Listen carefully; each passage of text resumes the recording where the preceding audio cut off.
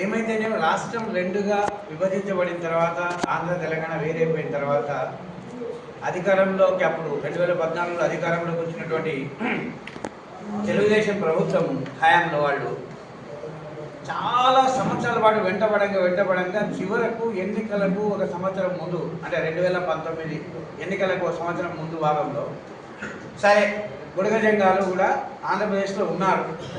వాళ్ళకు కూడా గతంలో ఎస్సీ ఉండింది తీసేసినారు, మళ్ళీ ఎస్సీ పెట్టాలా అని కేంద్రానికి ఆంధ్రప్రదేశ్ ప్రభుత్వం అప్పట్లో తీర్మానం చేసి పంపింది.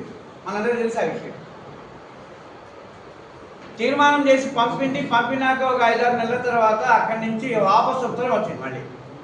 ఏమని అంటే మీరు దీన్ని పంపించాల్సిన పద్ధతిలో ఫార్మాట్ ప్రకారం పంపించలేదు, బుడగ జంగాలు రాష్ట్రంలోనే ఉన్నారు అని రుజువు చూపిస్తూ ఏదైనా ఒక పరిశోధన రీసెర్చ్ జరిగితే ఆ రీసెర్చ్ పేపర్ కూడా జతపరచండి. దీన్ని పంపించాల్సిన పద్ధతిలో ఒక ఫామ్ ఉంటుంది, అప్లికేషన్ ఫామ్లో పంపించాలి మాకు. దాంతోపాటు బుడగ జంగాలు ఉన్నారనే ఆధారాలు కూడా జతపరచండి అని చెప్పి కేంద్రం నుంచి వాపసు వచ్చింది ఉత్తరం. 2019 ఎలక్షన్ ముందు చంద్రబాబు పంపాడు. అక్కడ ఒక 4 నెలలు వాళ్ళు దగ్గర పెట్టుకొని దాన్ని మళ్ళీ వాపసు పంపారు. అంతలో ఎన్నికలు వచ్చి ప్రభుత్వం మారిపోయింది. చంద్రబాబు గెలిచింటే 2019లో బహుశా తొందరగా అయ్యింది మనది. ఎందుకంటే ఆల్రెడీ పంపాడు కాబట్టి తనే మళ్ళీ అధికారంలోకి వచ్చింటే వాళ్ళు కోరిన మేరకు పంపించేవాళ్ళు దాన్ని. కానీ మన దురదృష్టవశాత్తు చంద్రబాబు ఓడిపోయి జగన్ అధికారంలోకి వచ్చింది.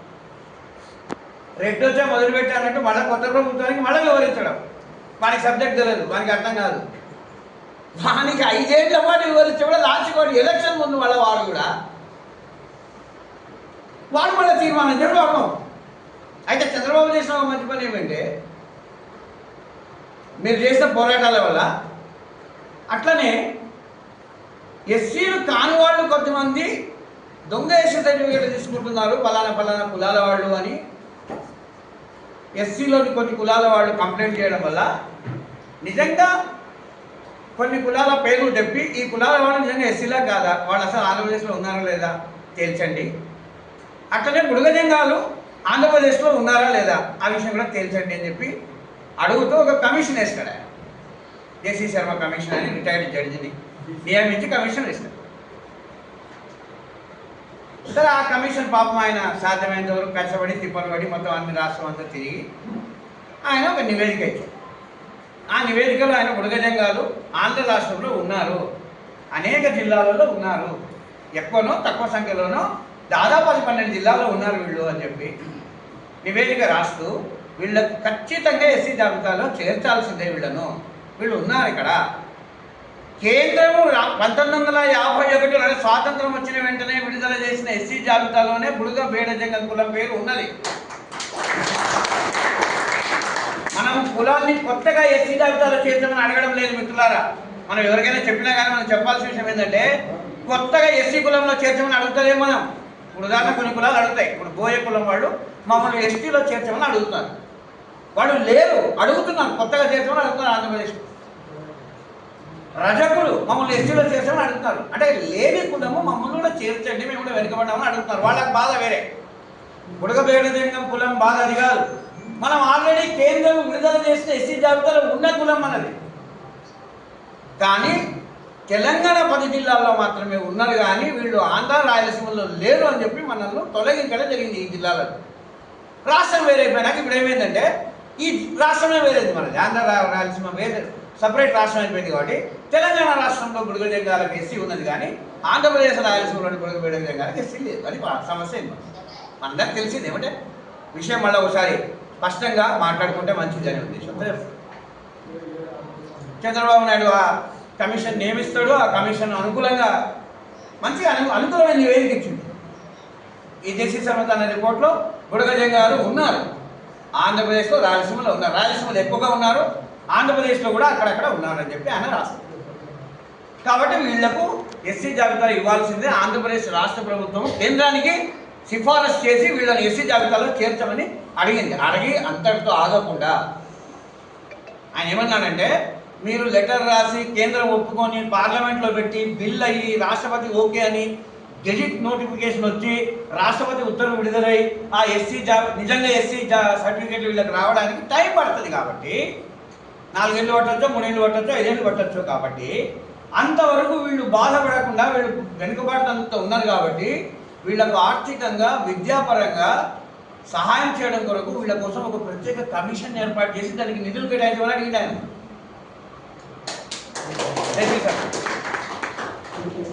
చాలా మంచి మనసుతో ప్రభుత్వానికి చాలా మంచి నివేదిక సిఫార్సు ఇచ్చింది ఆయన. అయితే నేను ఇంతకుముందు చెప్పినట్టు ఆ నివేదిక అయితే వచ్చింది, కానీ అందులో చంద్రబాబు ఓడిపోయాడు 2019 ఓడిపోయి జగన్ వచ్చాడు. జగన్కి ఈ సబ్జెక్ట్ ఏం తెలియదు. పైగా మనమేమన్నా లక్షల సంఖ్యలో ఉన్నామా జనాభా అంటే లేము, ప్రతి జిల్లాలో ఉన్నామంటే లేము, ప్రతి జిల్లాలో వేల సంఖ్యలో ఉన్నామంటే లేము. కాబట్టి మన ఓట్లు అంత ఎక్కువ కాదు. మనకు ఓట్ల సంఖ్య తక్కువ ఉంది కాబట్టి ఏ రాజకీయ పార్టీ అయినా మనలో పట్టించుకోదు. ఈ రాజకీయ వ్యవస్థలో, ఎన్నికల ప్రజాస్వామ్య వ్యవస్థలో ఏ గుంపుకైతే, ఏ కులానికైతే మంది ఎక్కువ ఉంటారో, ఓట్లు ఎక్కువ ఉంటాయో వాళ్ళకి భయపడతారు వాళ్ళు. మనం సంఖ్యరీత్యా తక్కువ ఉన్నాం కాబట్టి ఏ రాజకీయ పార్టీకి కూడా మన మీద పెద్ద ధ్యాస ఉండదు. మనం ఏ నియోజకవర్గాలలో అయితే కొన్ని వేల ఓట్లు ఉన్నాయో ఆ నియోజకవర్గ ఎమ్మెల్యేలు మాత్రం కొంచెం పట్టించుకుంటారు. వాళ్ళు ఇప్పుడు నందికొట్కూరు కావచ్చు, పాండ్యమూళ్ళు కావచ్చు, ఎందుకు పట్టించుకుంటారు వాళ్ళలో అంటే మన ఓట్లు కొంచెం ఎక్కువనే కాబట్టి ఆ మేరకు వాళ్ళు పట్టించుకున్నారు. మనం వాళ్ళు చేసిన వాళ్ళని చేయలేదు అనకూడదు. వైరెడ్డి గతంలో కానీ, వైరెడ్డి కూతురు ఇప్పుడు శబరి విషయంలో కానీ నిజంగా వాళ్ళని నేను మెచ్చుకుంటున్నాను. ఆ అమ్మాయి శబరి విషయం అర్థం చేసుకుంది. ఎన్నోసార్లు ముఖ్యమంత్రి దగ్గర, కేంద్రంలో కూడా గట్టిగా ఉంటుంది. చివరికి మొన్న మన కాలనీలోకి వచ్చి ఆ అమ్మాయి మన ఆడబిడ్డలతో నేల మీద కూర్చొని మాట్లాడినప్పుడు నేను అనుకునే అమ్మాయి తెలుగుదేశమే కావచ్చు, అధికారమే వాళ్ళకి ముఖ్యం కావచ్చు, కానీ నేను ప్రజలతో వీళ్ళను, ఈ ప్రజల్ని గౌరవించాలనేటువంటి చిన్న విలువ ప్రదర్శించింది ఆమె. కాబట్టి ఆ అమ్మాయిని నేను మెచ్చుకుంటున్నాను. సో అట్లా మంచి వాళ్ళు కూడా ఉన్నారు. అట్లనే కడపలో ఇంతకుముందు ఒక ఎమ్మెల్యే ఉంది, అనంతపురంలో ఒకరిద్దరు ఎమ్మెల్యేలు. కానీ మన కోసం అసెంబ్లీలో మాట్లాడిన ఈవెన్ మన ఎస్వి మోహన్ రెడ్డి కూడా విషయం చెప్తే చక్కగా అర్థం చేసుకొని, మనం రాసిచ్చిన డ్రాఫ్ట్ని క్లియర్గా అర్థం చేసుకొని, డౌట్లు అడిగి క్లారిఫై చేసుకొని అసెంబ్లీలో చాలా స్పష్టంగా మాట్లాడినవాడు. సార్ రకరకాల పార్టీల వాళ్ళు కొద్దిగా సానుభూతితో మన కోసం అసెంబ్లీలో గళమెత్తిన వాళ్ళు ఉన్నారు. వాళ్ళందరినీ మనం గుర్తుపెట్టుకుంటాం. అన్ని పార్టీల వాళ్ళు ఏమైతేనేమి జగన్ కూడా తిరిగి మళ్ళీ పంపిస్తాడు. జగన్ మళ్ళీ తీర్మానం చేసి పంపిస్తాడు. అయితే ఆయన చేసిన మిస్టేక్ ఏమి? కేంద్రం నుంచి ఏ ప్రశ్నలు అడుగుతూ వాపసు వచ్చిందో ఆ ప్రశ్నలకు సరైన జవాబు చెప్పకుండా మళ్ళీ పంపించడంతో అది తిరిగి వాపసు వచ్చేసింది. మళ్ళీ రెండోసారి వాపసు వచ్చింది.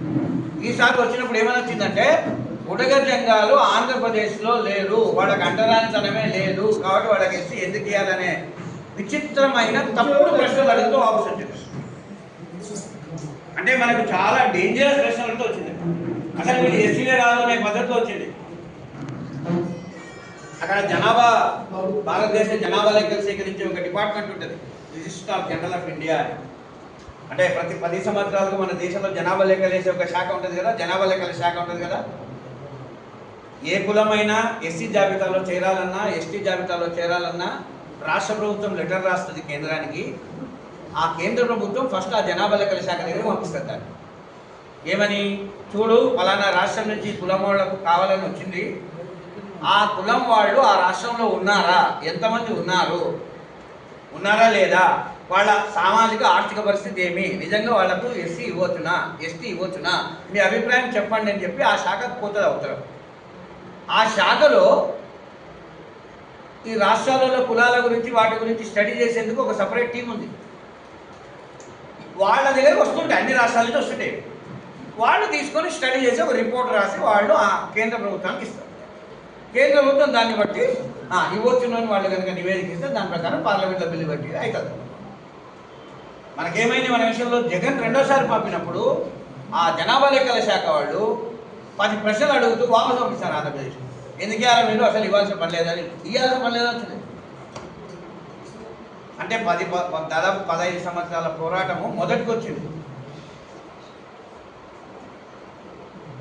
ఎన్నికల్లో జగన్ మళ్ళీ 2024 ఎన్నికల్లో జగన్ ఓడిపోయి మన అదృష్టవశాలు చంద్రబాబు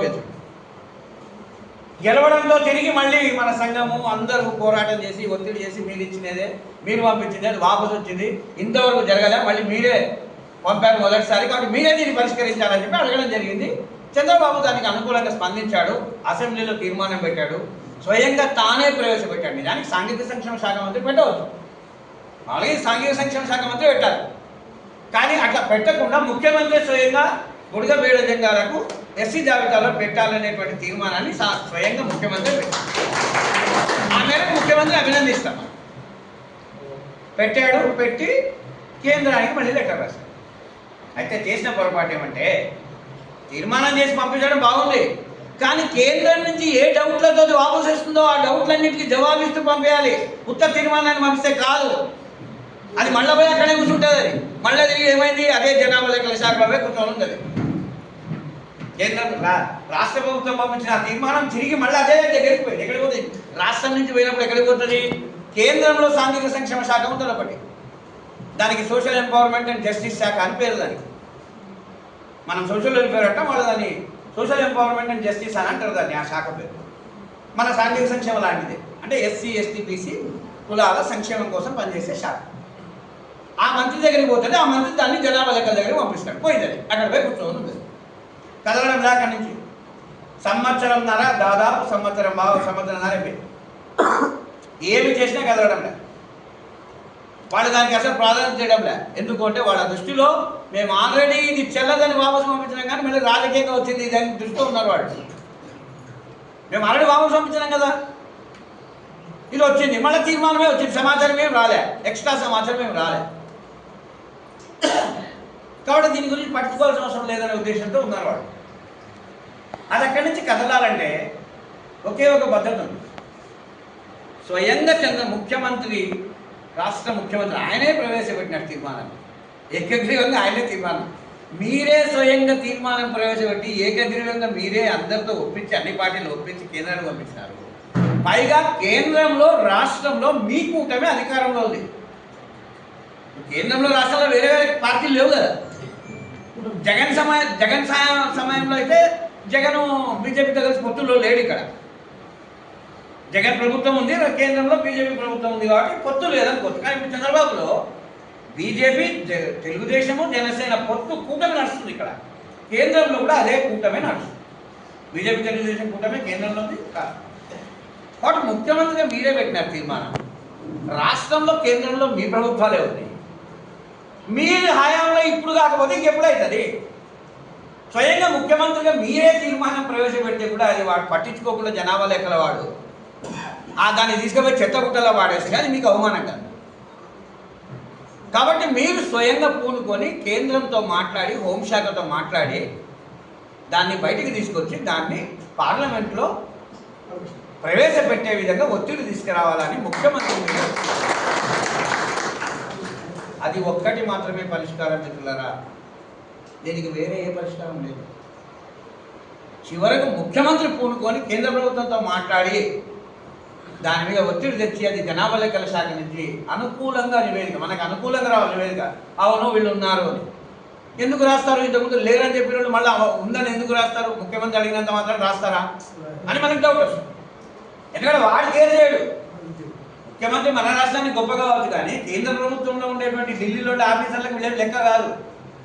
వాళ్ళు మస్తు మంది ముఖ్యమంత్రులు చూస్తారు, వాళ్ళు కేర్ చేయరు. మరి ఎట్లా వస్తుంది మనకు నిజంగా బలం ఉందా? ముఖ్యమంత్రి నిజంగా మనం చెప్పిన మాటలు విని మన కోసమని ఆయన పోయి వాళ్ళకి చెప్పినా మన కేసులో బలం లేకపోతే వాడు మనకి నివేదిక ఇస్తారా అనే ప్రశ్న మనం వేసుకోవాలి. దీనికి జవాబు ఏమంటే, దీని గురించి కూడా ఆలోచించినాం మనం ఏమంటున్నామంటే, ఈ రాష్ట్రంలో నిజంగా బుడగజంగాలు ఉన్నారా లేదా అనేది సమస్య. తెలంగాణలో ఉన్నారు కాబట్టి వాళ్ళకి ఇవ్వాలి అక్కడ ఎస్సీ, కానీ ఆంధ్ర రాజ్యంలో లేరు అంటున్నారు వాళ్ళు. అందుకే తీసేసినారు. మనం ఏమంటున్నామంటే, జేసీ శర్మ అనేటువంటి ఒక న్యాయమూర్తి జిల్లాలు తిరిగి నివేదిక ఇచ్చినాడు. వాళ్ళు ఏమన్నారు? ఆయన న్యాయమూర్తి, ఆయనకి ఏం తెలుస్తుంది? ఆయన ఏమన్నా సామాజిక శాస్త్రవేత్తనా? యా జిల్లాలో యా ఊళ్ళో ఏం కులాలు ఉన్నాయి అని ఎట్లా గుర్తుపడతాడు? ఆయన ఊరు తిరిగినాడా? వచ్చి ఏదో జిల్లా కేంద్రంలో కూర్చున్నాడు, ఆ రాండి వచ్చి అప్లికేషన్ అంటే ఎవరో వచ్చి అప్లికేషన్లు ఇచ్చినారు. అంతే ఆయన ఏం స్టడీ చేసినాడు? ఆయన నిజంగా ఊరు తిరిగినాడు ఏమన్నా? కాబట్టి ఆయన నివేదిక చెల్లదని చెప్పినారు వాళ్ళు.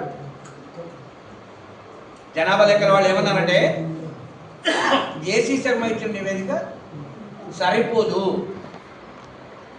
కులాలను ఊర్లకు పోయి ఇల్లు తిరిగి పరిశోధన చేసేటువంటి వాళ్ళు ఉంటారు కొంతమంది. ఆ పరిశోధకులు ఇచ్చిన నివేదిక ఏదైనా ఉందా అని అడుగుతున్నారు వాళ్ళు. లేకపోతే జేసీమూర్తి జిల్లా హెడ్ క్వార్టర్లో కూర్చుంటే మేము ఉన్నామని చెప్పి ప్రతి ఒక్కరు వచ్చి ఉన్నామంటాడు. అది నిజమా కదా? మనకు తెలియదు కదా అని వాళ్ళ లెక్క.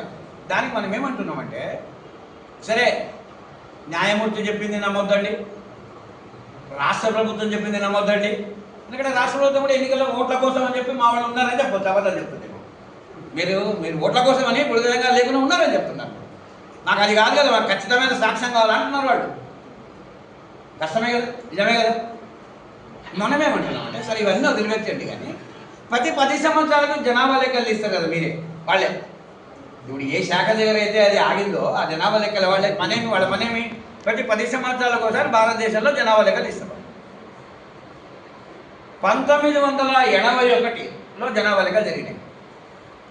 91లో మళ్ళీ జనాభా లెక్కలు జరిగింది. 2001లో మళ్ళీ జనాభా లెక్కలు జరిగింది. ప్రతి 10 ఏళ్ళకి ఒకసారి జరుగుతాయి. 2001లో జరిగింది. 2011లో కూడా మళ్ళీ జరిగింది.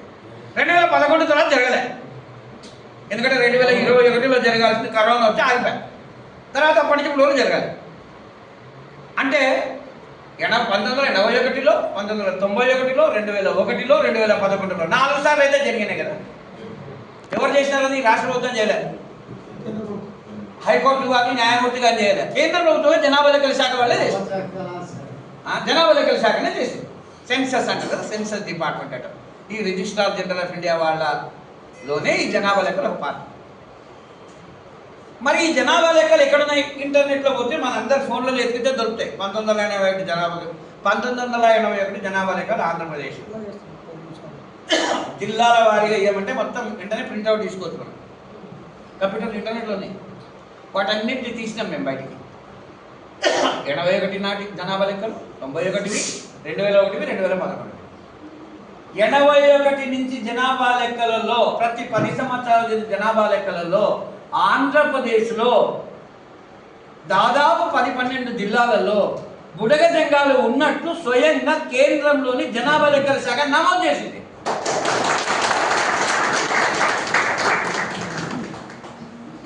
ఎవరు చేసిన లెక్కలు అవి? వాడే. నీవు కేంద్ర ప్రభుత్వం, రాష్ట్ర ప్రభుత్వం చెప్పినవి నమ్మొద్దు, జేసీ చెప్పినవి నమ్మొద్దు, కలెక్టర్ ఇచ్చినవి నమ్మొద్దు, కానీ నీ సొంత శాఖ చేసిన జనాభా లెక్కలలో నీవే బుడగ జంగాలు ఉన్నారని నీవే నమోదు చేసినావు. కర్నూలు జిల్లాలో 15,000 మంది ఉన్నారు, అనంతపూర్లో 8,000 ఉన్నారు. ఇట్లా లెక్కలు రాసినవాడు. 1981లో వాడు చూపించిన లెక్క ప్రకారం 60,000, 70,000 మంది ఉన్నారు. 10 సంవత్సరాల తర్వాత మళ్ళీ 1991లో జనాభా లెక్కలు చేసినప్పుడు డబల్ అయింది జనాభా. 1,00,000 ఉన్నట్టు చూపించాడు వాడు. 2001కి 3 లక్షలు చేరుకుంటుంది. 2011 నాటికి 4-5 లక్షలు చేరుకుంటుంది. ఎవరు చెప్పిన లెక్కలు? వాడే. స్వయంగా జనాభా లెక్కల శాఖ వాడే, బుడగ జంగాల వాడు అన్ని జిల్లాల్లో ఉన్నట్టు వాడే నమోదు చేసినాడు. ఇంటర్నెట్లో పెట్టినాడు, వాడి వెబ్సైట్లో ఉంది, వాడి అధికార ఆ వెబ్సైట్లో ఉంది, వాడు ప్రింట్ చేసిన బుక్కుల్లో ఉంది. మనం ఏమంటున్నామంటే, చంద్రబాబు దగ్గరికి వెళ్ళి మనం మాట్లాడేటప్పుడు, బాబు వాడు జనాభా లెక్కల వాడు కిరికిరి పెడుతున్నాడు, బుడగ జంగాల వాళ్ళు ఉన్నారో లేదా నాకు సమాచారం లేదంటున్నాడు, మీరు పంపేయండి అంటున్నాడు. మీరు ఒకటే జవాబు చెప్పండి, రాష్ట్ర ప్రభుత్వం ఒకటే చెప్పాలి, మేము చెప్పాల్సిన పని లేదు. నీ జనాభా లెక్కలు నువ్వు నమ్ముతున్నావా? నువ్వు వాడు సేకరించిన జనాభా లెక్కలు వాడు నమ్ముతాడా? నమ్మాలి కదా. మనం ఇచ్చిన పేపర్ నమ్మలేడు వాడు. వాడి జనాభా లెక్కల్లో వాడు నమ్మాలి కదా. నీవు స్వయంగా చేసిన జనాభా లెక్కల్లోనే బుడగ జంగాలు ఉన్నారని నమోదయ్యింది నాయన. ఆ సమాచారం ప్రకారమే బుడగ జంగాలు ఉన్నారని తేలిపోయింది కదా. మళ్ళీ ఏంటి అదనపు సాక్ష్యం అడుగుతున్నావు? అంటే నీవు సేకరించిన జనాభా లెక్కలు కూడా నువ్వు పరిశీలిస్తలేవా? రిపోర్ట్ రాసే ముందు ఉన్న లేరని చెప్పి రిపోర్ట్ రాసినాడు వాడు. వాడి సొంత జనాభా లెక్కలు కూడా పరిశీలించలేడు వాడు. కాబట్టి బాధ్యత లేకుండా నిర్లక్ష్యంగా నీ పని చేస్తున్నావు అని చెప్పి రాష్ట్ర ప్రభుత్వం రాయాలి. 81, 91, 2001, 2011 4 సార్లు జరిపిన జనాభా లెక్కలలో బుడగ జంగాలు ఉన్నట్టు వాడు రాసినటువంటి కాగితాలను ప్రింట్అవుట్ తీసి రాష్ట్ర ప్రభుత్వం ఘాటుకు ఉత్తరం రాసి, గాడిగా నీవు చేసిన జనాభా లెక్కల్లోనే బుడగ జంగాలు ఉన్నట్టు తేలింది. మళ్ళా ఎక్స్ట్రా సాక్ష్యాలు అడుగుతున్నావు ఎందుకురా అని చెప్పి నీ పని సక్రమంగా చేయి, నువ్వు బాధ్యత లేకుండా చేస్తున్నావు, చెప్పి పంపిస్తున్నావు శ్రద్ధ లేకుండా. పరిశీలించకుండా తిప్పి పంపిస్తున్నామని ఘాటుగా ఉత్తరం రాస్తూ వాణి జనాభా లెక్కల్ని ఆధారంగా పెట్టి పంపించినట్లయితే నోరు మూసుకొని వాడు నివేదిక రాయవలసి వస్తుంది, మనకు అనుకూలంగా రాయవలసి వస్తుంది. ఇది తప్ప మనకు వేరే మార్గం లేదు ఇంకా. ఎందుకంటే మళ్ళీ ఒక 3-4 సైంటిస్టులను పెట్టి ఊరు పోయి వాడు స్టడీ చేసి బుడగంగాలు ఎంతెంత జనాభా ఉన్నారో వాడు ఇల్లు తిరిగి సర్వే చేసి అది అవుతుందా? అవుతుంది. అంత కోట్ల బడ్జెట్ ఖర్చు పెట్టి బుడగజంగాలం అంటే చాలా తక్కువ జనాభా ఉన్న ప్రజల కొరకు అంత ఖర్చు ఎవరు పెట్టారు. జస్టిస్ శర్మ కమిషన్ వేయడమే గొప్ప. మళ్ళీ ఈ పరిశోధన పూర్తి కావడం మళ్ళీ 5 ఏళ్ళు అవుతుంది. తర్వాత ఎలక్షన్ వస్తే అప్పుడు చంద్రబాబు గెలిచే తెలియదు, మళ్ళీ 2 వచ్చే మొదలవుతుంది. కాబట్టి ఇదంతా ఒప్పుకోం మనం. జనాభా లెక్కల ప్రకారమే బుడగజంగాలు ఉన్నట్లు స్పష్టమైన సాక్ష్యాధారాలు ఉన్నప్పుడు దాని ఆధారంగా మీరు చేయాల్సిందే. మీ బుడగజంగాలు ఉన్నారు, అంతే, ఉన్నారని తెలుసు. బుడగజంగాలు ఎస్సీలో చేర్చాలా లేదా అని వాడు చెప్పాల్సిన పని లేదు. ఎందుకంటే బుడగజంగాలు ఆల్రెడీ ఎస్సీలో ఉన్నారు. బుడగజంగం అనే కులము ఎస్సీ కులం. వాడు జనాభా లెక్కల వాడే చెప్పాల్సిన పని లేదు. వీళ్ళని ఎస్సీలో చేర్చొచ్చని చెప్పాల్సిన పని లేదు. ఆల్రెడీ ఎస్సీ కులం. తెలంగాణలో ఆల్రెడీ వాళ్ళు ఎస్సీలే. ఉమ్మడి ఆంధ్రప్రదేశ్లో కూడా మేము ఎస్సీలు అనుభవించినాం 2001 వరకు. 2001 రాష్ట్రపతి ఉత్తర్వు కారణంగా ఆంధ్ర రాయలసీమలో ఉండే బుడగజంగాలను కోల్పోయినాం మనం తప్ప, అంతవరకు అనుభవించినాం. ఎస్సీ సర్టిఫికేట్లు ఉన్నాయి మనం. 2001 తర్వాత ఆగిపోయింది. 2001 తర్వాత కూడా మేము కలెక్టర్తో పోరాడంగా తాత్కాలికంగా కర్నూలు జిల్లా వరకు ఎస్సీ సర్టిఫికేట్లు వచ్చినాయి. 2008లో 144 జీవో వచ్చిన తర్వాత పూర్తిగా ఆగిపోయింది. అంటే 2008 వరకు ఎస్సీ కుల సర్టిఫికెట్లు పొందిన కులం ఇది. జనాభా లెక్కల వాడు చెప్పాల్సింది ఒకటే. 2001 రాష్ట్రపతి ఇచ్చిన ఉత్తర్వులో ఏమైందంటే ఆంధ్రప్రదేశ్ రాష్ట్రం మొత్తంలో లేరు వీళ్ళు, తెలంగాణ 10 జిల్లాల్లో మాత్రమే ఉన్నారు. కాబట్టి ఎస్సీ సర్టిఫికెట్ తెలంగాణ జిల్లాలకు మాత్రమే ఇవ్వండి, తెలంగాణకు బయట మాత్రం ఎస్సీ సర్టిఫికెట్ ఇవ్వకండి, ఎందుకంటే వాళ్ళు అక్కడ లేరు. బుడగజంగం కాని వాళ్ళు కూడా మేము బుడగజంగాలని చెప్పుకొని దొంగ సర్టిఫికెట్ తీసుకుంటున్నారు అక్కడ, కాబట్టి అక్కడ ఇవ్వద్దండి, తెలంగాణకి ఇవ్వండి అని 2001లో వచ్చిన రాష్ట్రపతి ఉత్తర్వులో ఉంది. 2002లో వచ్చింది. 2002 రాష్ట్రపతి ఉత్తర్వులో వచ్చింది. 2001లో యాక్చువల్గా అది పార్లమెంట్లో ప్రవేశపెట్టబడింది. చివరికి గెజిట్ 2002లో వచ్చింది. 2002 రాష్ట్రపతి ఉత్తర్వు వచ్చిన తర్వాత మనకి ఆగిపోయింది. కేంద్ర జాబితాలో ఇప్పటికీ కేంద్ర ప్రభుత్వం విడుదల చేసిన ఎస్సీ జాబితాలో ఇప్పటికీ బుడగ బేడజంగం ఎస్సీ కులమే. తెలంగాణ రాష్ట్రంలో ఇప్పటికీ ఎస్సీ కులమే. ఆంధ్రప్రదేశ్లో కూడా 2002 కంటే ముందు ఎస్సీ కులమే. మనం అడుగుతున్నదంటే ఏమంటే బుడగ బేడజంగాలు తెలంగాణలోనే కాదు ఆంధ్రప్రదేశ్లో కూడా ఉన్నారు, రాయలసీమలో కూడా ఉన్నారు అని జనాభా లెక్కల వాళ్ళు నివేదిక ఇస్తే చాలు, ఆటోమేటిక్గా ఎస్సీ సర్టిఫికేట్ వస్తుంది. ఆ మాత్రం వాడు చేయాలి. వాడు దానికోసం కొండను తోవాల్సిన పని లేదు, చంద్రమండలానికి పోవాల్సిన పని లేదు. వాడి సొంత జనాభా లెక్కల దస్త్రాలు చూస్తే చాలు. వాడే సేకరించిన లెక్కల్లో వాడే నమోదు చేసినటువంటి లెక్కలు ఉన్నాయి. అయితే ఆ విషయం చెప్పాలి, ఎవడు చెప్పాలి? మనం చెప్తే వాడు కేర్ చేయడు. ఉన్నాయి, 81లోనే ఉన్నాయి, 81లోనే ఉంది, 91లో పెరుగుతూ పోయింది. మామూలు ఉండడం కాదు, జనాభా పెరగడాన్ని కూడా నమోదు చేసిండు వాడు. సహజంగా పెరుగుతాయి కదా, 10 ఏళ్ళకి ఒకసారి జనాభా పెరుగుతుంటుంది. పెరిగిన విషయాన్ని కూడా గమనించిండు వాడు, నమోదు కూడా చేసిండు. 2011లో వాడు లక్షల మందిని గుర్తించిండు ఆంధ్రప్రదేశ్ అనేక జిల్లాలలో. అయితే ఈ విషయం ఎవరు చెప్పాలా? చంద్రబాబు, రాష్ట్ర ప్రభుత్వం. ఎందుకంటే రాష్ట్ర ప్రభుత్వమే స్వయంగా, ముఖ్యమంత్రి స్వయంగా అసెంబ్లీలో ఏకగ్రీవ తీర్మానం చేసి పంపించిండు. పైగా కేంద్రంలో మోడీతో, అమిత్ షాతో ప్రత్యక్ష సంబంధం ఉంది. నిజానికి ఈయన మద్దతుతోనే కేంద్ర ప్రభుత్వం నడుస్తుంది కూడా. కేంద్రంలో బీజేపీకి మొన్న జరిగిన ఎన్నికల్లో కేంద్రంలో బీజేపీకి సొంత మెజారిటీ రాలే. చంద్రబాబు యొక్క ఎంపీలు, బీహార్ ముఖ్యమంత్రి అయిన నితీష్ కుమార్ పార్టీ ఎంపీలు, వీళ్ళిద్దరు మద్దతుతోనే పార్టీ ప్రభుత్వం నడుస్తుంది. అంటే కేంద్రంలో ఈయనకు మామూలు కాదు, చాలా గొంతుంది, బలం ఉంది అక్కడ. ఆయన తలుచుకుంటే అవుతుంది. స్వయంగా ఆయనే ప్రవేశపెట్టిండు కదా, స్వయంగా ఆయనే ముఖ్యమంత్రి ప్రవేశపెట్టిండు తీర్మానాన్ని అసెంబ్లీలో.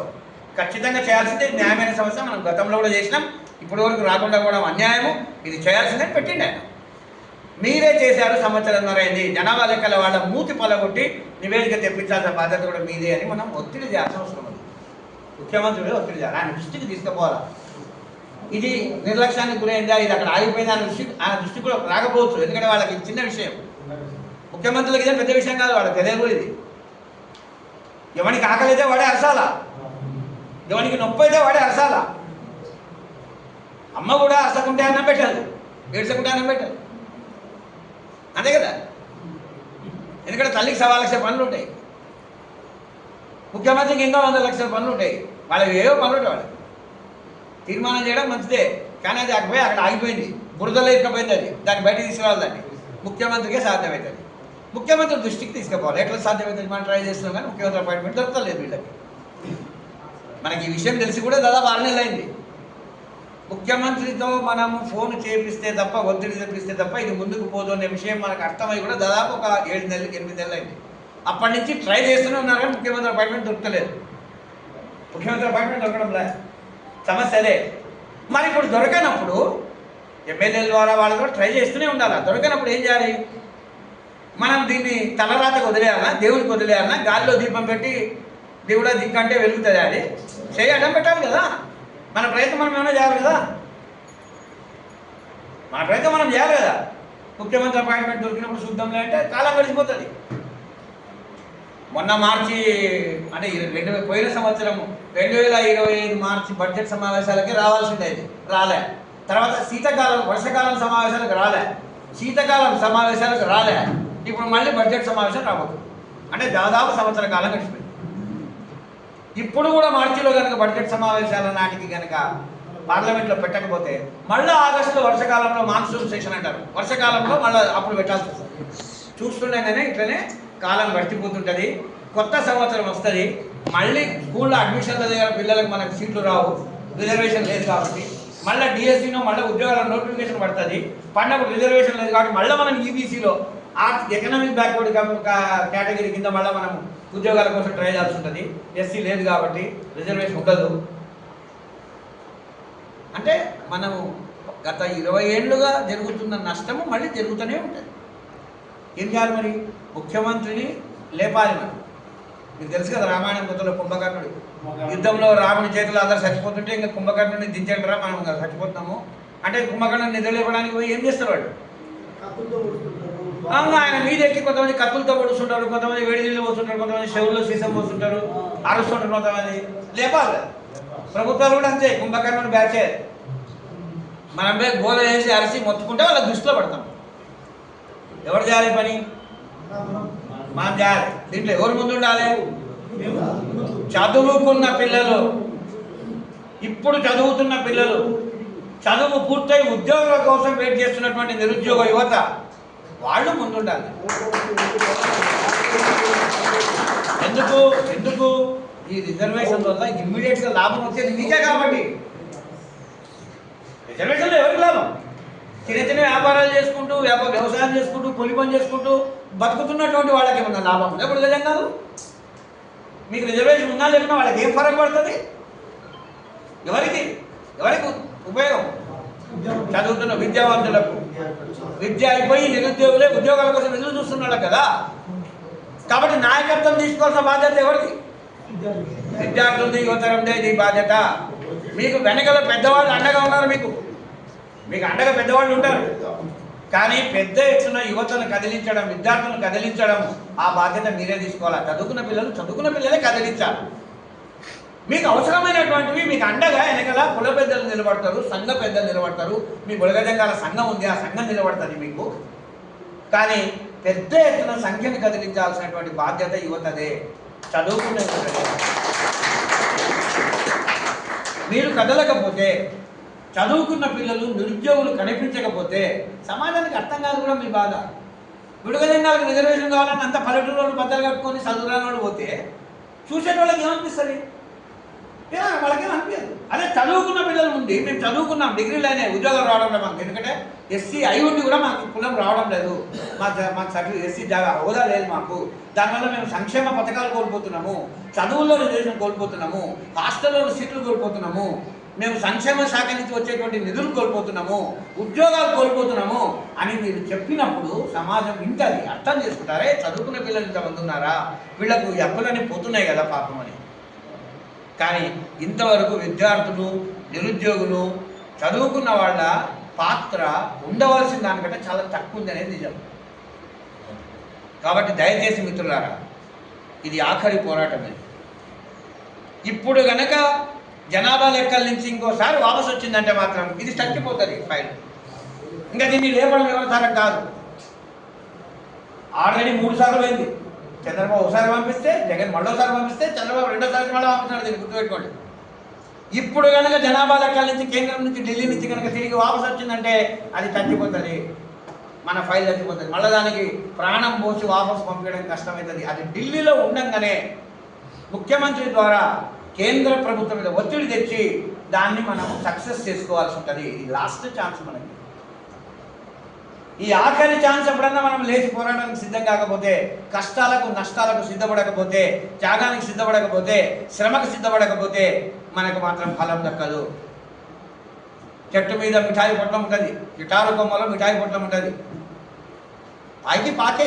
పైకి చెట్టును పాకేందుకు మనం కష్టపడకపోతే ఎందుకు దొరుకుతుంది? అదంతా కదా వచ్చింది ఈ నోట్లో వస్తుంది ఆ పండు. చెట్టు మీద ఉంది అది, అదంతా కదా వచ్చి పడుతుంది. మంత్రాలకు చింతకాయలు రాలుతాయా? అంటే మనంతకు మన పని మనం చేసుకుంటూ, మన ఉద్యోగాలు మనం చేసుకుంటూ, మన చిన్న చిన్న ఉద్యోగాలు మనం చేసుకుంటూ, మన కోచింగ్లకు మనం పోతూ, మన వ్యాపారాల్లో మనం మునిగిపోతూ, మన సంచారం మనం చేసుకుంటుంటే అదంతా కదా వచ్చేస్తుందా? 10 మంది 5 మంది అడుగుతుంటే రాదు. ఆల్రెడీ మన జనాభా తక్కువ ఉందని రాజకీయ పార్టీలకు మన పట్ల పెద్ద శ్రద్ధ, గౌరవం లేదు. మరి ఉన్న కొద్ది మంది అయినా మనం ఐకమత్యంతో మన బలం చూపించుకుంటే మనల్ని ఎవరు పట్టించుకుంటాడు? మనల్ని ఎవరు కేర్ చేస్తాడు? చేయరు కదా. మనం ఆల్రెడీ సంఖ్య తక్కువ ఉన్నాం. సంఖ్య ఎక్కువ వాడే వస్తాడు, వాడే అడగకుండా కూడా అన్నం పెడతాడు. ఇప్పుడు చూడు, కాపులకు సంక్షేమ సంఘం ఉంది, కమ్మలకు సంక్షేమ సంఘం ఉంది. అంటే కాపులకు కమ్మలకు తక్కువైంది ఏమన్నా? ఎందుకు కాపులకు సంక్షేమ సంఘం, కమ్మలకు సంక్షేమ సంఘం, రెడ్లకు సంక్షేమ సంఘం ఎందుకు? వాళ్ళ దగ్గర బలం ఉంది, సంఖ్య ఉంది, అందుకని వాళ్ళకి సంక్షేమ సంఘాలు పెడతారు, వాళ్ళకి సంక్షేమ కమిషన్లు వేస్తారు వాళ్ళ కోసం. కాపు సంక్షేమ కమిషన్స్, కమ్మ సంక్షేమ కమిషన్, పైసలు దాని బడ్జెట్. బుడగలేని మాత్రం ఏది అంటే సంఖ్య ఉండి బలం ఉంటే ప్రభుత్వాలే నీ దగ్గరకు వస్తాయి. మనకు సంఖ్య లేదు, మనమే వెళ్ళాలి, పెద్ద సంఖ్యలో వెళ్ళాలి. మన సొంత పనులను, సొంత వ్యాపారాలను, అవసరమైతే చదువులను వదులుకొని ఈ సమస్యలో మనం సక్సెస్ అయ్యేంత వరకు మన వ్యక్తిగత జీవితాలు, సొంత జీవితాలను ఒక పక్కన పెట్టాలి. 6 నెలలు, 1 సంవత్సరం పాటు ఇది ఒక కొలిక్కి వచ్చేంత వరకు. ఆ త్యాగానికి మనం సిద్ధం కాకపోతే, ఆ కష్టానికి మనం సిద్ధం కాకపోతే, ఆ పోరాటానికి మనం సిద్ధం కాకపోతే ఫెయిల్ అయిపోతాం. ఎంతోమంది పెద్దలు, మీ కుల పెద్దలు, ఎన్నో తరాల వాళ్ళు, 3-4 తరాల వాళ్ళు ఏమి ఇట్లా అన్యాయం అయిపోతుంది, మన పిల్లలకు ఎస్సీ సర్టిఫికేట్ లేకుండా ఆయనే అని బాధతో తినక తిప్పలు పడుతూ ఈ బండిని ఇంతవరకు లాక్కుండా వచ్చింది. అలిసిపోయినారు వాళ్ళు కూడా. చూసినారు కదా మనోహర్ బాధ, అదొక వ్యక్తి బాధ కదా. అంటే ఎంత నలిగిపోతే, ఎంత అలిసిపోతే ఆ బాధ వస్తుంది. ఎవరైనా అలిగిపోతారు. ఇప్పుడు ఒకడే కాడి మోసుకుంటూ పోయాలంటే ఎన్ని రోజులు మోస్తాడు వాడు? కొద్దిమంది బరువు పోయాలంటే ఎన్ని రోజులు మోస్తాడు వాడు? ఎవరికైనా అలసట వస్తుంది. సహజం అది, మానవ సహజం అది. కాబట్టి మిత్రులారా, ముఖ్యంగా చదువుకున్న పిల్లలారా, చదువుకొని కూడా ఉద్యోగాలు రాక నిరాశతో ఉన్న వాళ్ళారా, ఏదో చిన్న చిన్న వ్యాపారాలు చేస్తూ బతికిడిస్తున్నటువంటి మిత్రులారా, మొత్తం జాతి యొక్క భవిష్యత్తు బాగోవాలంటే, వచ్చే తరాల మన పిల్లలు భవిష్యత్తు బాగుండాలంటే మనం ఈ ఆఖరి పోరాటానికి సిద్ధం కావాలి. ఏమైనా చేయండి. కర్నూలులో చేస్తే ఏం ప్రయోజనం లేదు నా ఉద్దేశంలో, ఎవడే పట్టించుకోడు. చేయగలిగితే పోయి విజయవాడలో చేయండి, తాడేపల్లిలో చేయండి, రాజధానిలో చేయండి. అక్కడికి రానియకపోతే కనీసం విజయవాడలో చేయండి. ఎందుకంటే విజయవాడలో చేస్తే రాజధానికి దగ్గర, ముఖ్యమంత్రికి దగ్గర కాబట్టి ప్రభుత్వం కేంద్రం. ఢిల్లీ కూడా పోండి, తప్పలేదు. పార్లమెంటు సమావేశాలు మొదలయ్యే ముందు ఢిల్లీలో పోయి జంతర్ మంతర్లో పోయి కూర్చోండి. పార్లమెంట్కి వినిపిస్తుందా అంటే వినిపించకపోవచ్చు, కానీ మీకు మద్దతుగా వచ్చేవాళ్ళు ఉంటారు, మీడియా వస్తుంది, కొంత ప్రచారం జరుగుతుంది. అయితే దానికంటే ముందు విజయవాడలో చేయండి. విజయవాడలో ఒకసారి పెద్ద ఎత్తున బల ప్రదర్శన చేయండి. పోయి ముఖ్యమంత్రిని ఎట్లయినా అపాయింట్మెంట్ దొరికించుకొని ఒక మెమొరాండం లాంటిదని చేయండి. ఏమి చేయాలి అవన్నీ కూడా మేము మాకు తోచిన సాయం చేస్తాం. ఏం రాయాలా ఏం రాయాలి, పోరాటం మీది, డిమాండ్ మీది కాబట్టి పోరాటం మీదే. మా లాంటి వాళ్ళు వెనకల నుంచి సహాయం చేసే వ్యక్తులం మాత్రమే. యుద్ధం చేస్తున్నప్పుడు సైనికులు వెనకల వాళ్ళు గాయపడితే వాళ్ళ కట్టు కట్టేటువంటి నర్సులు కొద్దిమంది వెనకాల ఉంటారు కదా, వాళ్ళకి అవసరమైన ఆయుధాలు సప్లై చేసే వాళ్ళు ఉంటారు కదా, అట్లాంటి పని చేస్తాం వెనకాల. పోరాటం మీది, గెలుపు మీది. పోరాటం మీదే, గెలుపు కూడా మీదే. మా లాంటి వాళ్ళ వెనకాల సాయం చేస్తాం. కానీ మీరు పట్టుదల చూపించకపోతే, ఈ ఆఖరి పోరాటానికి సిద్ధం కాకపోతే, మీ సొంత జీవితాలను పక్కన పెట్టకపోతే మాత్రం మీ గెలుపు రాదు. ఇది అంత సులభం కాదు. ఇది ఇంతవరకు సులభంగా ఎంతవరకు వచ్చినా అంతవరకు వచ్చింది. ఎమ్మెల్యేలుగా ట్రై చేసినా, మంత్రులుగా ట్రై చేసినా, ముఖ్యమంత్రులు ఒప్పించినా, మొత్తం మీద లేఖలు రాపించడం, కానీ ఆగిపోయింది. అది పెద్ద ఒత్తిడి లేకపోతే, పెద్ద స్థాయిలో ప్రచారం జరగకపోతే, ముఖ్యమంత్రులు మేల్కొన్నారే ఇది నిజంగా ఇట్లా ఆగిపోయిందా, ఇది ఏదో చేయాలా అని ఆయన గట్టిగా అనుకొని కేంద్రానికి ఫోన్ చేసి ఒత్తిడి చేసి ఆ లేఖ తెప్పించుకోవాలి. అది అంత స్థాయిలో జరగాలంటే మీరు ఎంత అల్లరి చేయాలి. కుంభకర్ణుడు నిద్ర లేయాలంటే ఎంత అల్లరి చేస్తే లేస్తాడు, ఊరికి లేయాడు. కానీ ప్రభుత్వానికి కదిలిగడం మీరేం చేస్తాం మనలే. మీరు ఏ రకమైన హింసకు పాల్పడొద్దండి. ఎందుకంటే చిన్న తప్పు చేసినా మీరు సంఖ్య తక్కువ కాబట్టి తట్టుకోలేరు. బలం చూపిస్తే చాలు, పట్టుదల చూపిస్తే చాలు. బలము పట్టుదల చూపండి. సాధ్యమైనంత ఎక్కువ సంఖ్యలో కదలండి. విజయవాడకు చలో విజయవాడ గురించి ఎంత జనాభా ఉంది అంత జనాభా పోండి. తల్లులు పిల్లలు చిన్న బిడ్డలతో సహా కదలాలి. ఒకసారి ఇక్కడ చేసిన తర్వాత రాష్ట్ర ప్రభుత్వానికి అంత లోపల ముఖ్యమంత్రితో అపాయింట్మెంట్ కోసం ట్రై చేయండి. దొరికితే మంచిది, లేకుంటే కనీసం చలో విజయవాడ పోండి. అక్కడ అప్పుడైనా ఆ సందర్భంగా అయినా, ఆ చలో సందర్భంగానైనా ప్రభుత్వానికి మీరు ఒక లేఖ ఇవ్వండి. కేంద్రంలో ఇట్లా ఆగిపోయింది, జనాభా లెక్కల వాళ్ళు అడ్డుపడుతున్నారు, వాళ్ళ లెక్కల్లోనే మేము ఉన్నామని తేలింది, కావలిస్తే సాక్ష్యం చూడండి అని చెప్పి లెక్కలు ఇవ్వండి. దీన్ని పంపిస్తే చాలని చెప్పండి. తర్వాత ఢిల్లీ కూడా వెళ్ళండి, తప్పలేదు. కానీ ఇది చేసిన తర్వాత అక్కడికి వెళ్ళండి. ఈ రెండు ప్రోగ్రాంలు సక్సెస్ కావాలంటే యూత్ విద్యార్థులు కనుక పెద్ద సంఖ్యలో కదలకపోతే మాత్రం ఫలితం రాదు అని మాత్రం నేను చెప్పండి. మనోహర్ రావాలి, వేల వాళ్ళు చెప్పాలి, ఫోన్ చేయాలి, మాకు ఎంట పడాలి. ఇదేం మీరేం ఎవరు ఇక్కడ ఎవరు పండగకు అల్లుళ్ళని మేము పిలిచడం లేదు. మీరు అల్లుళ్ళు కాదు. ఇక్కడ మీకు ఎవరు ఇంటికి దీపావళికి మీకు ఎవరు పిలుస్తలేదు. మన ఇంటి పని, మన సొంత పనికి మనం కదలాలి. మన సొంత డబ్బులు ఖర్చు పెట్టుకుని కదలాలి. అవునా కదా? దీనివల్ల ఎవరి వల్ల ఈ ఎస్సీ జాబితాలో బుడగలింగాలకు ఎస్సీ వస్తే ఎవరికి ఎక్కువ లాభం కలుగుతుందో వాళ్ళు కదలకపోతే అన్యాయం ఉంటుంది. అంతకంటే అన్యాయం ఏముంటుంది కదా? ఇమ్మీడియట్గా లాభం కలిగేటువంటి వాళ్ళు కదలాలి కదా. చదువుకున్న పిల్లలు, నిరుద్యోగులు కదలాలి కదా. వాళ్ళు చెప్తే వాళ్ళ తల్లిదండ్రులు కూడా కదులుతారు. ఎందుకంటే అమ్మా ఇది చాలా ముఖ్యమైన పోరాటం, నాయన ఇది చాలా ముఖ్యమైన పోరాటం, ఇది మా భవిష్యత్తుకు సంబంధించిన పోరాటం కాబట్టి మనము మన బంధువులు అందరూ కదలాలి. పిల్లలు చెప్తే వింటారు, చదువుకున్న పిల్లలు చెప్తే తల్లిదండ్రులు కూడా వింటారు. ఈసారి ఇది కేవలం మేమే కదమ్మా, మీరు కూడా రావాలా, పెద్దవాళ్ళు మీరు కూడా రావాలని విద్యార్థులు చెప్తే తల్లిదండ్రులు కూడా వస్తారు. కాబట్టి కుటుంబాలు కదలాల్సిన అవసరం ఉంది. గుర్తు చేసుకోండి ఒకసారి. ఎంఆర్పిఎస్ పోరాటం కోసమని కృష్ణమాదిగా మొబిలైజ్ చేసినప్పుడు ఎంత పెద్ద ఎత్తున ప్రజలు, సామాన్య ప్రజలు ఎంత పెద్ద ఎత్తున తల్లులు అక్కలు రొట్టెలు కట్టుకొని మూటలు కట్టుకొని కూడా తిరిగినారు కదా. చలో ఇస్తే హైదరాబాద్ మన కళ్ళ ముందే జరిగింది కదా. అది అంత చేస్తే కూడా దాదాపు 30 ఏళ్ళు పట్టింది రావడానికి. ఇప్పుడు మనది రాష్ట్ర ప్రభుత్వం మనకు అనుకూలంగా ఉంది, పంపించింది కూడా. కేంద్రంలో కూడా ఇదే కూటమే అధికారంలో ఉంది. అది మనకు ఒక అనుకూలమైన విషయం. చేయవలసిందంతేమి? కేంద్ర ప్రభుత్వం మీద ఒత్తిడి. ఎవరు చేయగలుగుతారు? రాష్ట్ర ప్రభుత్వం చేయగలుగుతారు, మనం చేయలేము. రాష్ట్ర ప్రభుత్వం ఒత్తిడి చేయగలుగుతారు తలుచుకుంటే. రాష్ట్ర ప్రభుత్వంలో మనం ఒత్తిడి చేయాలి.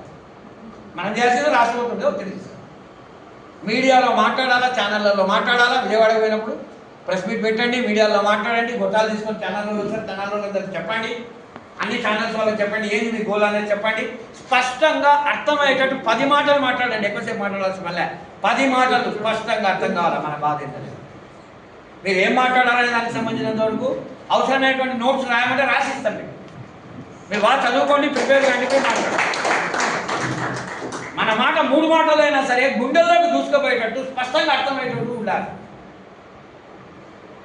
మా బాధ ఇది. రాష్ట్రం పంపింది, రాష్ట్రం కూడా మాకు అనుకూలంగానే ఉంది, ప్రభుత్వం కూడా అనుకూలంగానే ఉంది, ముఖ్యమంత్రి స్వయంగా పెట్టాడు, అక్కడ పోయి ఆగిపోయింది.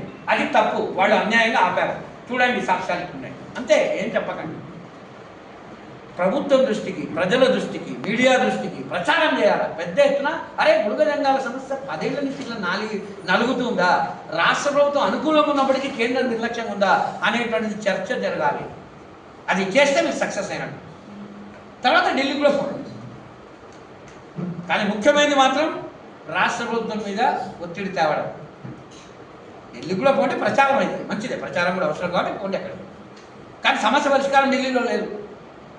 మన రాష్ట్ర ప్రభుత్వము కేంద్రానికి ఉత్తరం రాసి ఫోన్ చేసి ఒత్తిడి చేస్తే అవుతుంది. కాబట్టి మన రాష్ట్ర ప్రభుత్వాన్ని కదిలియడం, మన రాష్ట్ర ప్రభుత్వం ఒత్తిడి తేవడమే మన పని.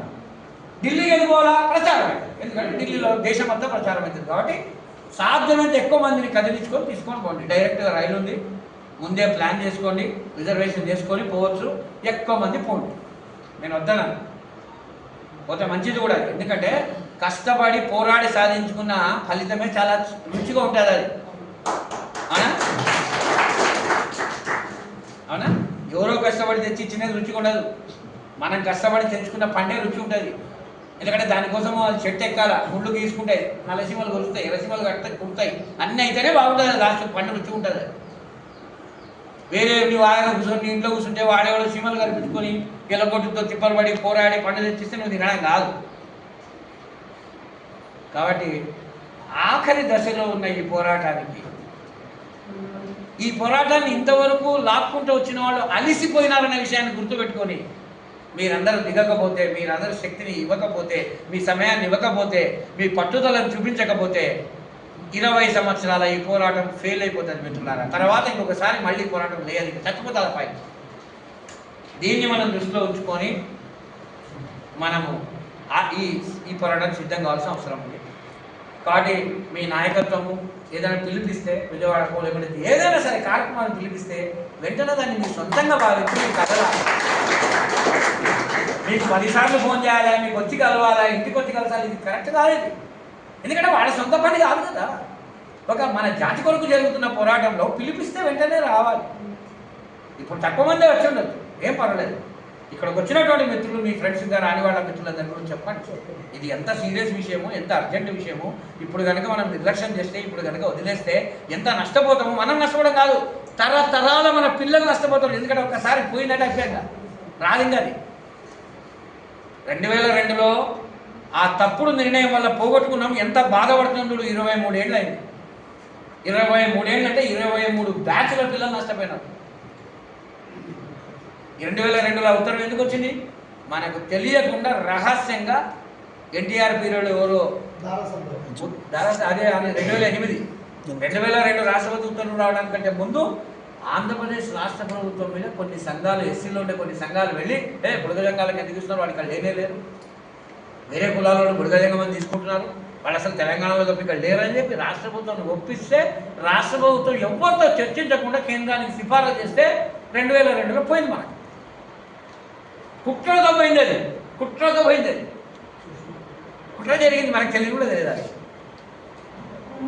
వేల సంఖ్యలో జనాభా ఉంది అప్పుడు. 2002 ఉత్తర్వు వచ్చేపాటికి ఆంధ్రప్రదేశ్లో, తెలంగాణలోనే ఉన్నారు బుడగ జంగాలు, ఆంధ్రప్రదేశ్లో లేరని ఉత్తర్వు వచ్చే సమయానికి 2002 నాటికి లక్షల సంఖ్యలో జనాభా ఉంది ఇక్కడ. బస్ 1 లక్ష సంఖ్య పైన జనాభా టోటల్ ఆంధ్రప్రదేశ్ మొత్తం సార్. ఆంధ్రప్రదేశ్ మొత్తం తెలుగు రాష్ట్రం ఆంధ్రప్రదేశ్. అంటే ఇంతమంది ప్రజలు ఇక్కడ జీవిస్తున్నా వాళ్ళని పట్టించుకోకుండా, వాళ్ళ అభిప్రాయం కూడా తెలుసుకోకుండా రాష్ట్ర ప్రభుత్వం ఏకంగా పంపించేసింది. అదే మన పార్టీకి ఇబ్బంది అయిపోయింది. ఎందుకంటే జనాభా లెక్కలోడు ఢిల్లీలో అడుగుతున్నాడు, మీ రాష్ట్రమే గతంలో లేరని చెప్పి వాళ్ళని తీసేయమని చెప్పి లెటర్ రాసింది కదా, మళ్ళీ ఏంటి ఉందని రాస్తున్నారు. 2 ప్రాంతాల మధ్య ఇంకా తెలంగాణలో ఉంది, ఒక ఆంధ్ర మాత్రమే. 2002 ఉత్తర్వులో ఏమనిందంటే బుడగబేడ జంగం ఉంది కానీ తెలంగాణ 10 జిల్లాలకే ఉందని ఏరియా రిస్ట్రిక్షన్ వచ్చింది, ప్రాంతీయ పరిస్థితి ఏర్పడింది. ఆ బ్రాకెట్లో తెలంగాణ 10 జిల్లాల పేర్లు పేర్కొన్నారు జాబితా కొత్తగా విడుదలైనప్పుడు. మీ రాష్ట్ర ప్రభుత్వమే లేదని చెప్పింది, మళ్ళీ మీ రాష్ట్ర ప్రభుత్వం ఉందంటున్నారు. ఇంతకు ఉందా లేదా, ఇంతకు అర్థం కావడం అని జనాభా లెక్కలోడు డ్రామా ఆడుతున్నాడు, ఎక్కిరిస్తున్నాడు కదా. నిజమే, మరి మన రాష్ట్ర ప్రభుత్వం జరిగిన మిస్టేక్ అది. అప్పుడు లేదన్నోడు ఇప్పుడు ఎట్లా వచ్చిందని అడగడు, వాడు అడుగుతాడు. కాబట్టి మన ఇంట్లోనే పొరపాటు జరిగింది, ఈ రాష్ట్రంలో జరిగింది ఆ పొరపాటు. సరే, దాన్ని సరిదిద్దుకునే ఛాన్స్ వచ్చింది. ఇప్పుడు ఆ ఛాన్స్ని పోగొట్టుకుంటే కథ మూసుకుపోతుంది. ఇంక ఫైల్ శాశ్వతంగా మూసుకుపోతుంది. ఇంకొక ప్రభుత్వము ఇంకొక వాడు ఎవడు కూడా కేంద్రానికి మళ్ళీ లెటర్ రాలేడు. ఎందుకంటే ఆల్రెడీ 3 సార్లు తీర్మానాలు పోయినాయి. లాస్ట్ 10 ఇయర్స్లో 2014 నుంచి 2025 10 ఏళ్లలో 3 సార్లు పోయిన తీర్మానం. 3 సార్లు ఫెయిల్ అయితే ఇంకా 4వ అంటూ ఉండదు మిత్రులారా.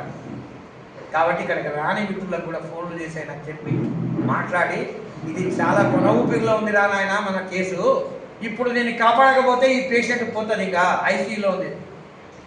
ఈ ఐసీయూలో ఉండే పేషెంట్ని కాపాడుకొని ఇంటికి తెచ్చుకుంటారా, లేకుంటే ఆడ నుంచి ఆడే అంబులెన్స్ ఎక్కించి శ్మశానానికి పంపిస్తారా అనేది నీ చేతులను. ఐసీయూలో ఉండే పేషెంట్ సీరియస్ ఎమర్జెన్సీ. కాబట్టి లీడర్లు చెప్పాలా, చెప్తే మనం పోవాలా కాదు. మీలో ప్రతి ఒక్కడు మేము లీడర్లమే, మా ప్రతి ఒక్కరికి బాధ్యత ఉంది. మా ప్రతి ఒక్కరికి నాకు బాధ్యత ఉంది. ఎవరు చెప్పినా తప్పకుండా నేనే ఫోన్ చేస్తాను మనోళ్ళకు, ఏమైనా మన కథ ఏమైనా ఉందా, ప్రోగ్రామ్ ఉందా అని మనమే ఫోన్ చేసి అడగడం నేర్చుకోవాలి. మనం వాళ్ళు చెప్తారు చెప్పినప్పుడు పోదాంలే, అంతవరకు మన పనిలో మనం ఉందాంలే అనేది కాదు. ఇప్పుడు ఆ టైం లేదు. లాస్ట్ పోరాటం ఇది. కాబట్టి మీరే అడుగుతుండాలి, ఏమైందనా, ఏమైనా ప్రోగ్రామ్ తీసుకున్నారా, నేను పోతున్నామా, ఏం చేయాలి. మీలోనే ఉత్సాహం ఉండాలి, మీకే ఆత్రం ఉండాలి, మీకే ఆ తొందర ఉండాలి. అది లేకపోతే కాదు. ఈ 3 ముక్కలు మాత్రం మీకు చెప్దామని నేను వచ్చిన మిత్రులారా. ఎందుకంటే ఇది చాలా చాలా ఆఖరి దశలో ఉంది, కొన ఊపిరితో ఉంది. దీన్ని మీరు అందరూ కష్టపడితే ప్రాణం పోయవచ్చు, మీరు నిర్లక్ష్యం చేస్తే చచ్చిపోతుంది. మనం ప్రభుత్వాన్ని, తెలుగుదేశాన్ని, చంద్రబాబు తిట్టి లాభం లేదు. ఎందుకంటే మీకే పేషెంట్ను బతికించుకునేందుకు శ్రద్ధ లేనప్పుడు వాణి విడి తిట్టేం లాభం అని నా ఉద్దేశం. Thank you.